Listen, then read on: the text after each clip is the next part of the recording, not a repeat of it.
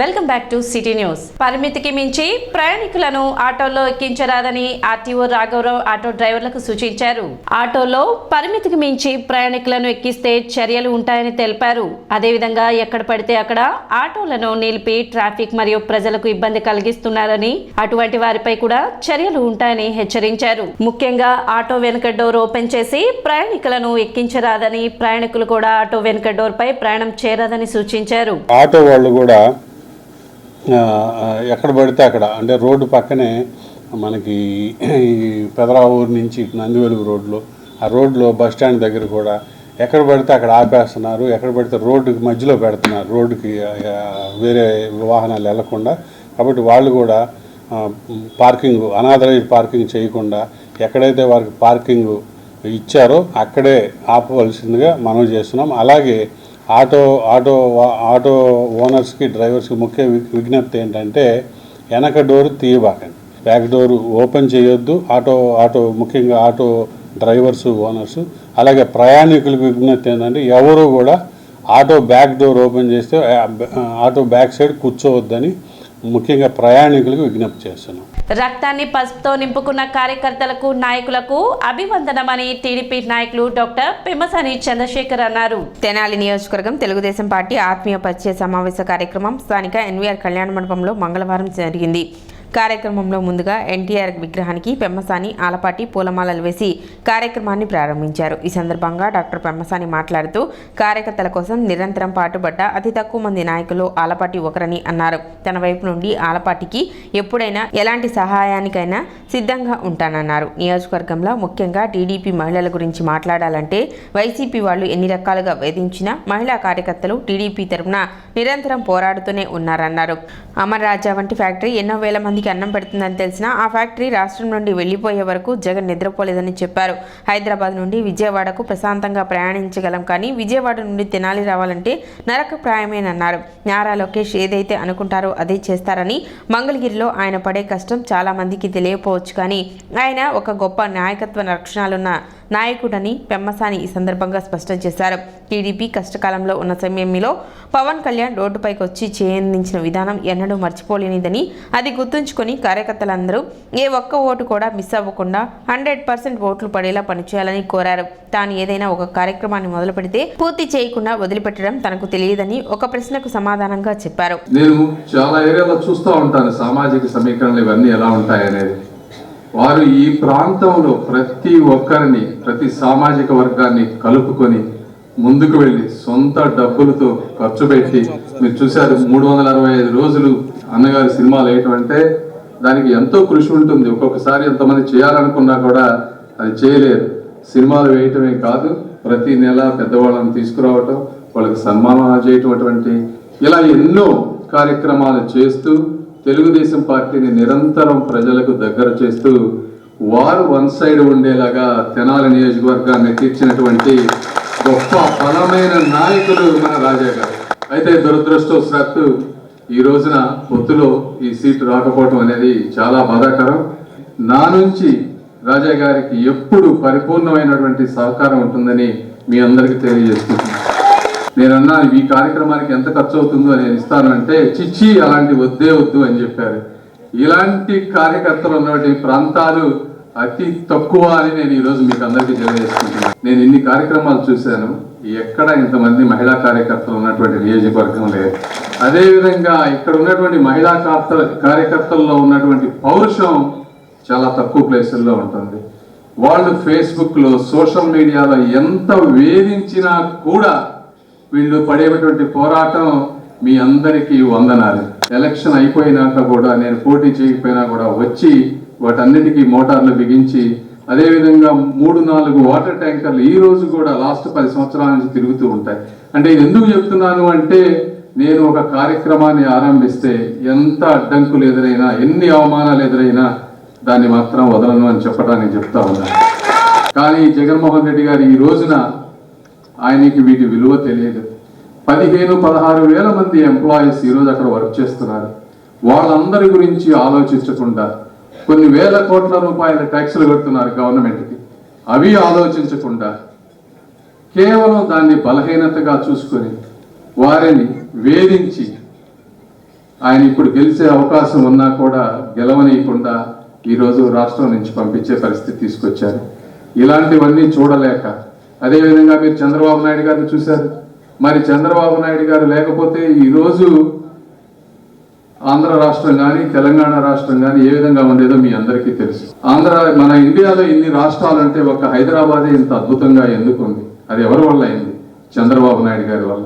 మరి ఆయన 40 సంవత్సరాలు ఈ రాష్ట్రం కోసం గొడ్డు చాకిరీ చేస్తే ఆయనకి ఏం దొరికింది అంటే 50 రోజుల జైలు. కాబట్టి తెలుగుదేశం పార్టీ కార్యకర్తలు అందరూ కూడా మనోహర్ గారికి పరిపూర్ణంగా 100% ఓట్ ట్రాన్స్ఫర్ అవ్వాలని చెప్పి మీ అందరికీ నేను కోరుకుంటున్నాను. గుంటూరు పార్లమెంట్ అనే దాన్ని మీరు ఇండియాలో నంబర్ 1 పార్లమెంట్గా చేయబోతున్నాను నేను. సో ఏ విధంగా చెయ్యాలి అనేటువంటి నాకు ఒక పరిపూర్ణమైనటువంటి అవగాహన ఉంది.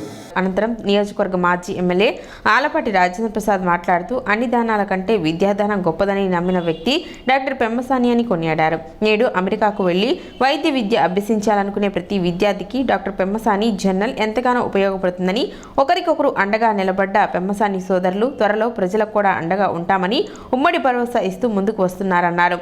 తాను 3 రోజుల క్రితం కలిసినప్పుడు తన గురించి ప్రత్యేకంగా చెప్పుకోవాల్సిన అవసరం లేదని చంద్రబాబు తనతో చెప్పారని, ఎలా న్యాయం చేయాలను తమకు వదిలేయమని బాబు లోకేష్ తెలిపారని ఈ సందర్భంగా కార్యకర్తలకు ఆలపాటి వివరించారు. గతంలో ఈ పార్లమెంటు తెనాలి పేరు మీదే ఉండేదని, విభజిత జిల్లాల తర్వాత గుంటూరు పార్లమెంటుగా మారిన నేపథ్యంలో పెమ్మసాని రాక తర్వాత అయినా ఈ పార్లమెంటుకు తెనాలి పేరు పెట్టేలా చూడాలని పెమ్మసాని ఆలపాటి కోరారు. మంగళగిరి కంటే ఒక్క ఓటైనా ఎంపీకి తెనాలిలో ఎక్కువ ఓట్లు రావాలని కార్యకర్తలకు ఆలపాటి రాజా పిలుపునిచ్చారు. ఈ కార్యక్రమానికి టీడీపీ నాయకులు డాక్టర్ దక్షిణామూర్తితో పాటు గ్రామ, మండల, నియోజకవర్గ స్థాయి నాయకులు, కార్యకర్తలు భారీగా పాల్గొన్నారు. ఈ రోజున ఒకటేమిటి అన్నిటినీ కూడా నాశనం చేసి, వ్యవస్థల్ని నిర్వీర్యం చేసి రాజ్యాంగాన్నే తిరిగి రాయాలనే ఆలోచన కలిగినటువంటి ప్రభుత్వాలు ఈ 5 సంవత్సరాలను మనం పాలించినందుకు సిగ్గుపడాలో, ఏడవాలో, నవ్వాలో తెలియనటువంటి పరిస్థితిలో ఈ రాష్ట్రాన్ని ఉంచినందుకు జగన్మోహన్ గారికి హ్యాట్స్ ఆఫ్ చెప్పాల్సినటువంటి పరిస్థితి. ఇవాళ 150 ఏ సంఖ్య అనేది వాళ్ళు కోరుకోవటం, తెలియక కోరుకోవటం, ఏ సంఖ్యను కోరుకోవాలో తెలియనటువంటి పరిస్థితిలో ఈనాడు ఈ రాష్ట్ర పాలన చేశారంటే ఇంతకంటే దుర్మార్గం ఇంకెక్కడా ఉండదని చెప్పి నేను అనుకుంటా ఉన్నా. మన హృదయాల్లో చిరస్థాయిగా ముద్ర వేసుకున్నటువంటి వ్యక్తి గల్లా జయదేవ్. అతని కంటే గనడు అన్నట్టుగా ఈరోజు పెమ్మసాని గారి యొక్క జీవితం కూడా అంతే.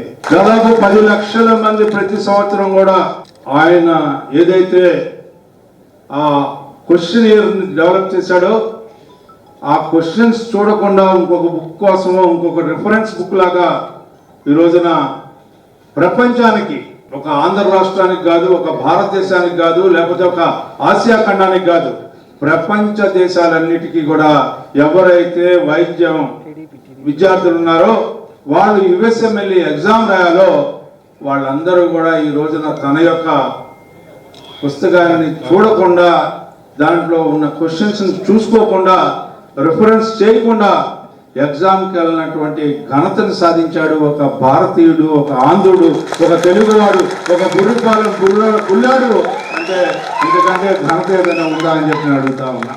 మంగళగిరి నియోజకవర్గం కంటే ఒక్క ఓటైనా ఎక్కువ తీసుకురావాలి. మన దమ్ము, ధైర్యం, సాహసం తెలుగుదేశం పార్టీ సత్తా చూపించినప్పుడే నిజమైన గౌరవాన్ని తెలుగుదేశం పార్టీకి, ఆలపాటి రాజాకి ఇచ్చినట్టయితే అని చెప్పి మనం చేస్తాం. చంద్రశేఖర్ గారికి ఎన్ని ఓట్లు వచ్చినాయో పొత్తు తరఫున మన పార్టీ అభ్యర్థిగా, మన పొత్తు తరఫున ఎవరైతే పోటీ చేస్తా ఉన్నారో శాసనసభ్యుడికి కూడా అన్ని ఓట్లు వచ్చినప్పుడే నిజమైన న్యాయం, మనం ఈ పార్టీకి పట్ల విజయంతో ఉన్నాం అనేది మనం తెలియజెప్పిన వాళ్ళు అవుతామని చెప్పి మీ అందరికీ మనం చేస్తా ఉన్నాం. మీరు ఎప్పుడు రమ్మంటే అప్పుడు వస్తాం. మీ సమస్య ఎప్పుడున్నా నాకు తెలియకుండా మీకు ఏదైనా సమస్య వస్తే ఆ సమస్య పరిష్కరించకుండా ఉంటే ఆ సమస్య పరిష్కరించడానికి ఆలపాటి రాజా ఆ ఇంట్లో ఉంటాడని చెప్పి మీ అందరికీ ఈ యొక్క రాష్ట్రానికి రాజధాని పోతే 53 రోజుల పైన టెంట్లు తగలబెట్టించుకునేదాకా పోరాటం చేసినటువంటి నాయకత్వం ఇక్కడ ఉన్న నాయకత్వం. 35,000 మంది తీసుకెళ్ళాం. 80,000 కుటుంబాలు ఉంటాయి. ఇంకా మనం మధ్య మధ్యలో ఆ అవాంతరం ఈ అవాంతరం అని చెప్పి నాకు ఏదో మాయమాటలు చెప్తూ ఉంటారు. మీరు ఇంకా 35,000 మంది దగ్గర తీసుకెళ్ళాలి. ఇది 55 రోజుల్లో జరగాలి. ఉమ్మడి మేనిఫెస్టోని తీసుకెళ్ళాలి. మనం సాధికారిక సభ్యులు వేయాలి, ఇంకొక 1900 మంది వేయాలి. ఈ రెండు కూడా నేను ఎందుకు చెప్తున్నానంటే, దీన్ని మనం ఆచరించకపోయినట్లయితే మనం ప్రగల్భాలుగా మన మాటలు మిగులుతాయి తప్పితే మనం అనుకున్న మెజార్టీని సాధించలేము. ఈ 55 రోజులు మాత్రం పరిపూర్ణమైనటువంటి విశ్వాసంతో, నమ్మకంతో చంద్రబాబు నాయుడు గారిని ముఖ్యమంత్రి, అదేవిధంగా చంద్రశేఖర్ గారిని ఎంపీ, మనోహర్ గారిని ఎమ్మెల్యే చేయాలి. సిటీ న్యూస్ ముగించే ముందు ముఖ్యాంశాలు మరోసారి.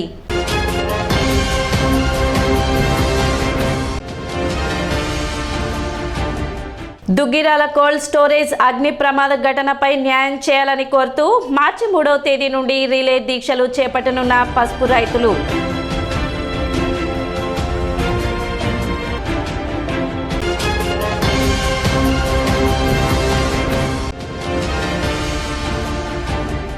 పరిమితికి మించి ఆటోలో ప్రయాణికులను ఎక్కించరాదు, ఆటో డ్రైవర్స్కు సూచించిన ఆర్టీఓ రాఘవరావు.